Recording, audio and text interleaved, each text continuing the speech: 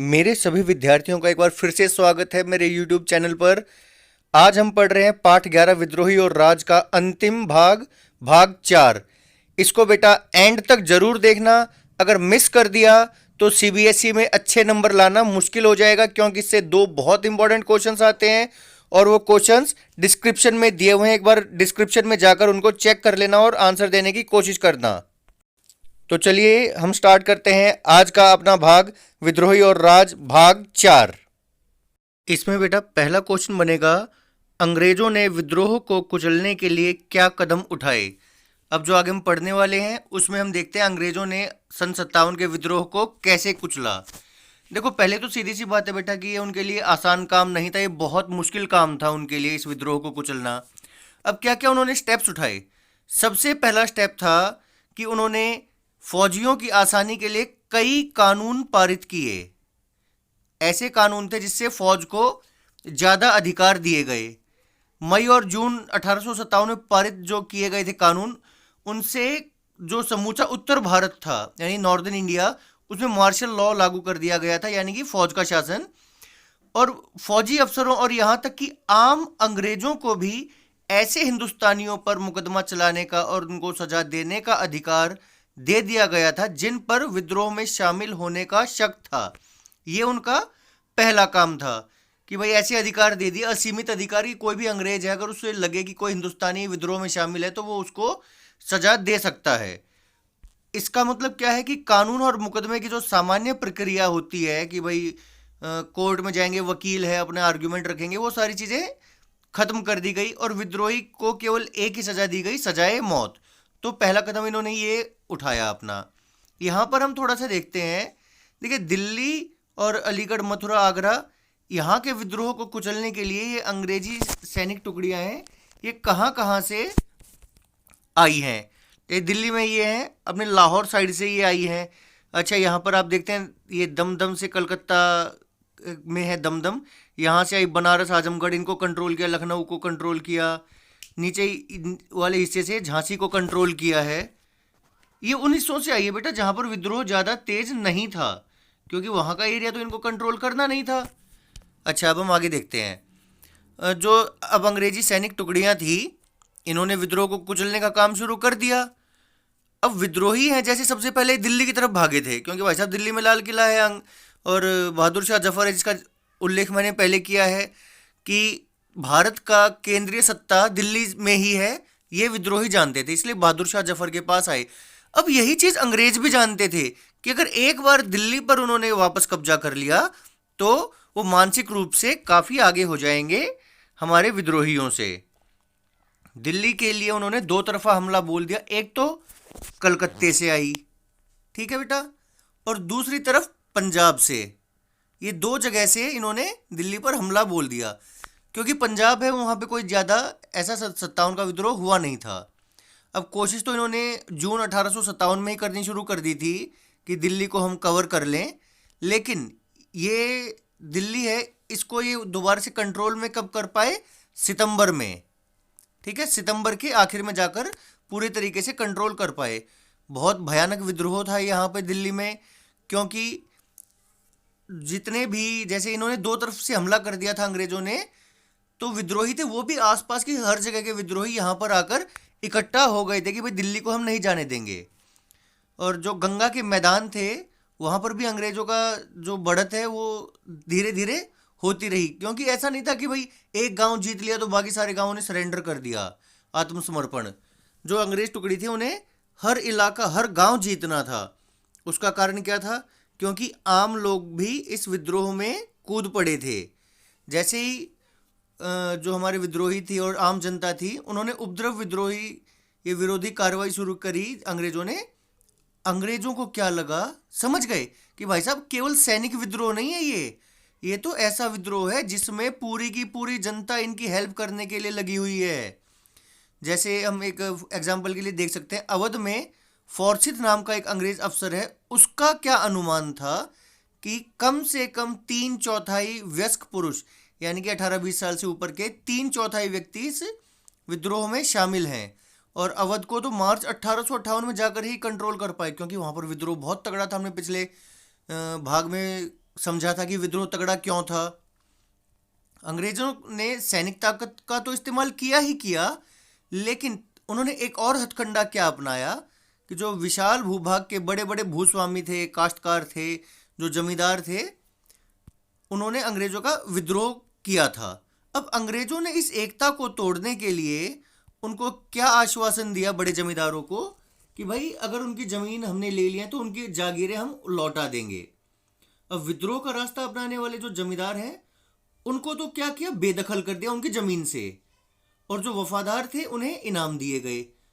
और बहुत सारे जमींदार जो अंग्रेजों के खिलाफ लड़ रहे थे या तो वो मारे गए या भागकर नेपाल चले गए, और जहाँ पर उन्होंने बड़ा ही बुरा सा जीवन जिया और बीमारी और भूख से दम तोड़ दिया। तो कुछ जमींदार ऐसे थे जो अंग्रेजों के साथ मिल गए और इंडियंस के खिलाफ हो गए थे। तो ऐसे लोगों की वजह से भी इस विद्रोह में भारत ज़्यादा सफल नहीं हो सका। अब एक और अन्य जो इम्पोर्टेंट क्वेश्चन है वो आता है, इस विद्रोह से संबंधित अंग्रेजों ने जो चित्र बनाए थे उनसे उनके दृष्टिकोण का क्या पता चलता है, ये आता है बेटा। अब हम देखते हैं कि विद्रोह के बारे में हमको पता कैसे चलता है, जो लिखित दस्तावेज वगैरह हैं उस टाइम के उनसे ही पता लगता है। अब हमारे जो विद्रोही थे तो वो ज़्यादा पढ़े लिखे थे नहीं, उन्होंने ज़्यादा दस्तावेज अपने पीछे छोड़े नहीं हैं। तो इंडियंस के दस्तावेज हमारे पास बहुत कम है, लेकिन जो अंग्रेज़ों के लिखे गए दस्तावेज हैं वो हमारे पास बहुत ज़्यादा हैं। जो सरकारी ब्यौरे हैं वो दिए हैं, और जो उस वक्त के प्रशासक थे, फौजी थे, उन्होंने अपनी चिट्ठी है, डायरी थी, आत्मकथा थी और मेमो नोट्स, इन सब से इस रवैये के विषय में अंग्रेज़ों की समझ को बताया है कि अंग्रेज के बारे में क्या सोचते थे। ये जो उस वक्त के अफसर थे उनके भीतर जो मौजूद भय था, बेचैनी थी, उसका भी पता बताते हैं कि अंग्रेज कितने ज़्यादा डरे हुए थे। और जो ब्रिटिश अखबार थे जो इंग्लैंड में उस वक्त छप रहे थे या इंडिया में भी ब्रिटिशर्स के लिए थे, तो उनमें जो हमारे सैनिक विद्रोही थे उनके द्वारा की गई हिंसा को छापा जाता था। अब भाई इंग्लैंड में ये बताएं कि भाई भारत में जो विद्रोही सैनिक हैं उन्होंने इतने सारे अंग्रेज़ों को जिंदा जला दिया या मार दिया, और ऐसे ही लूटपाट किए जा रहे हैं, हमारी औरतों को परेशान कर रहे हैं, बच्चों को परेशान कर रहे हैं। तो भाई अंग्रेज तो एकदम भड़केंगे जो इंग्लैंड में थे, और वो कहेंगे भाई बदला लो जैसे भी हो सके। और यही इनकी चाल थी कि हम इस विद्रोह को इस प्रकार से करें कि भाई साहब सैनिक हमको परेशान कर रहे हैं, इसलिए हमको ये सारा प्रतिशोध लेना पड़ रहा है। अब हम तस्वीरों के माध्यम से इस चीज़ को देखते हैं। पहले एक बेटा तस्वीर हम देखते हैं, ये वाली। इस तस्वीर का नाम है द रिलीफ ऑफ लखनऊ। चित्रकार है थॉमस जॉन्स बार्कर। 1859 में ये बनाई है। अब इसमें क्या दिखा रखा है वो हम थोड़ा सा समझ लेते हैं। रक्षकों का अभिनंदन। अंग्रेजों द्वारा बनाई गई तस्वीरों को देखने से तरह तरह की भावनाएं और प्रतिक्रियाएं पैदा होती हैं कि भाई क्या सोचते थे, वो हम देखते हैं। उनमें से कुछ ने अंग्रेजों को बचाने और विद्रोहियों को कुचलने वाले अंग्रेज नायकों का गुणगान किया है। ऐसा ये जो हमने चित्र देखा, नाम है इसका रिलीफ ऑफ लखनऊ या लखनऊ की राहत। ये है जब विद्रोही टुकड़ियों ने लखनऊ पर घेरा डाल दिया, तो जो लखनऊ के कमिश्नर थे हेनरी लॉरेंस, उन्होंने ईसाइयों को इकट्ठा किया और बहुत सुरक्षित जो रेजिडेंसी थी, हर एरिया में बेटा अंग्रेजों की एक रेजिडेंसी थी जहाँ पे उनके ही रूल्स वगैरह चलते थे, तो वहाँ पे इन्होंने पनाह ले ली। जो हेनरी लॉरेंस है वो तो मारा गया, लेकिन कर्नल इंग्लिश है उनके नेतृत्व में फिर बाद में वो रेजिडेंसी सुरक्षित रही। यानी कि लखनऊ में अंग्रेज हैं या ईसाई हैं, ये वहाँ पर सुरक्षित रहे। 25 सितंबर को जेम्स ऑट्रम और हेनरी हेवलॉक वहाँ पर पहुँचे। उन्होंने विद्रोहियों को तितर बितर किया और इससे ब्रिटिश टुकड़ियों को नई मजबूती मिली। अब जो अंग्रेज थे उनमें भी एक कॉन्फिडेंस सा आ गया। 20 दिन के बाद फिर जो नए ब्रिटिश कमांडर थे कॉलिन कैम्पबेल, उन्होंने भी भारी तादाद में सेना लेकर आए और ब्रिटिश रक्षक सेना को घेरे से छुड़ाया। किनके घेरे से? विद्रोहियों के घेरे से। और ये उसी विजय की कहानी बता रहे हैं कि जो कैनवस है, चित्र है, उसके बीच में कैम्पबेल, आउट्रम और हेवलॉक, ये 3 ब्रिटिश नायक हैं जिन्होंने अंग्रेजों को वो लड़ाई जितवाई है। बीच में देखें वहाँ पे काफ़ी उजाला है क्योंकि अंग्रेज खड़े हैं। पिछले हिस्से में टूटी फूटी परछाई है और उनकी टूटी फूटी रेजिडेंसी है। फ्रंट में देखें शव है और जो घायल हैं हमें दिख रहे हैं, तो वो बताते हैं कि कितनी भयंकर मारकाट हुई है। बीच में घोड़ों पर जो विजयी तस्वीर है वो दिखाई रही है कि भाई अब अंग्रेजों ने लखनऊ पर दोबारा से नियंत्रण अपना पा लिया है। अगला है अंग्रेज औरतें और ब्रिटेन की प्रतिष्ठा। अब वहाँ के अखबारों में बार बार छाप रहे थे कि भाई साहब जो इंडियंस है वो अंग्रेज औरतों को परेशान कर रहे हैं और बच्चों के साथ भी हिंसा कर रहे हैं। अब जब ऐसा बताएंगे तो वहाँ की जनता है उन्होंने प्रतिशोध की मांग की और कहा कि भाई अंग्रेज अपनी सरकार से मासूम औरतों की इज्जत बचाने और निस्सहाय बच्चों को सुरक्षा प्रदान करने की मांग करने लगे। अब बेटा समझो कि ये इतना क्यों कर रहे थे, क्योंकि उस वक्त तक इंडिया पर अंग्रेजों का डायरेक्ट नियंत्रण नहीं था ब्रिटिश संसद का। उस वक्त नियंत्रण किसका था? ईस्ट इंडिया कंपनी का। तो ईस्ट इंडिया कंपनी ऐसा माहौल दिखा रही थी वहाँ पर कि भाई अंग्रेज जो सेना है, ब्रिटिश संसद है, वो हमारी मदद करे और इस विद्रोह को कुचलने के लिए हमारी हेल्प करे। एक और बेटा ये चित्र है, इसमें हम देख सकते हैं पीछे विद्रोही हैं, आगे कुछ औरतें हैं और कुछ बच्चे हैं जो बहुत डरे हुए हैं। कोई मारकाट नहीं है लेकिन ये भय का माहौल दिखा रखा है। इस चित्र का नाम है इन मेमोरियम। इसमें जो बच्चे और अंग्रेज औरतें हैं एक दूसरे से लिपटे हुए दिखाई दे रहे हैं कि भाई भयानक घड़ी है और ये एक भयानक आशंका से ग्रस्त हैं कि भाई आगे जाने क्या होगा। एक ये है कि मिस व्हीलर, यहाँ पे हम नाम देख लेते हैं, मिस व्हीलर, ये उनका चित्र है। और यहाँ पर नीचे तुम देखो एक बुक रखी हुई है बाइबल की। तो यहाँ पर क्या दिखा रखा है कि अंग्रेजों को ईसाइयत का रक्षक दिखा रखा है कि ये लेडी है, बंदूक से मार रही है, विद्रोही इसके पास आ रहे हैं और ये मार रही है उसको। तो ये हमारा मिस व्हीलर वाला एक चित्र है। ऐसा ही एक और चित्र हम देखते हैं यहाँ पर, जस्टिस यानी कि न्याय।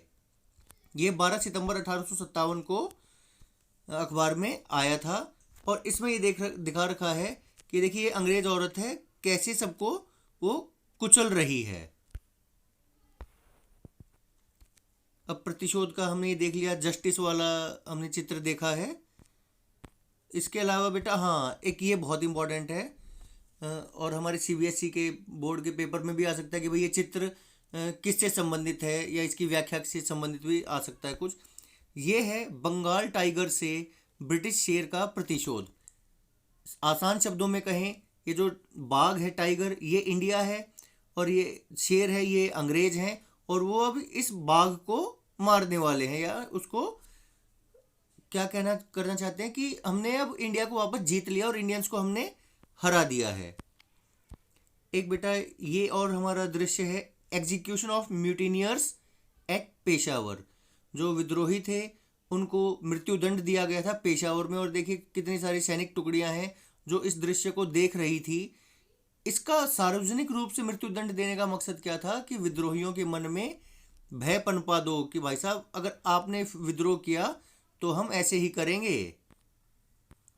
इसमें हमारा एक ये और चित्र है, ये द क्लीमेंसी ऑफ कैनिंग।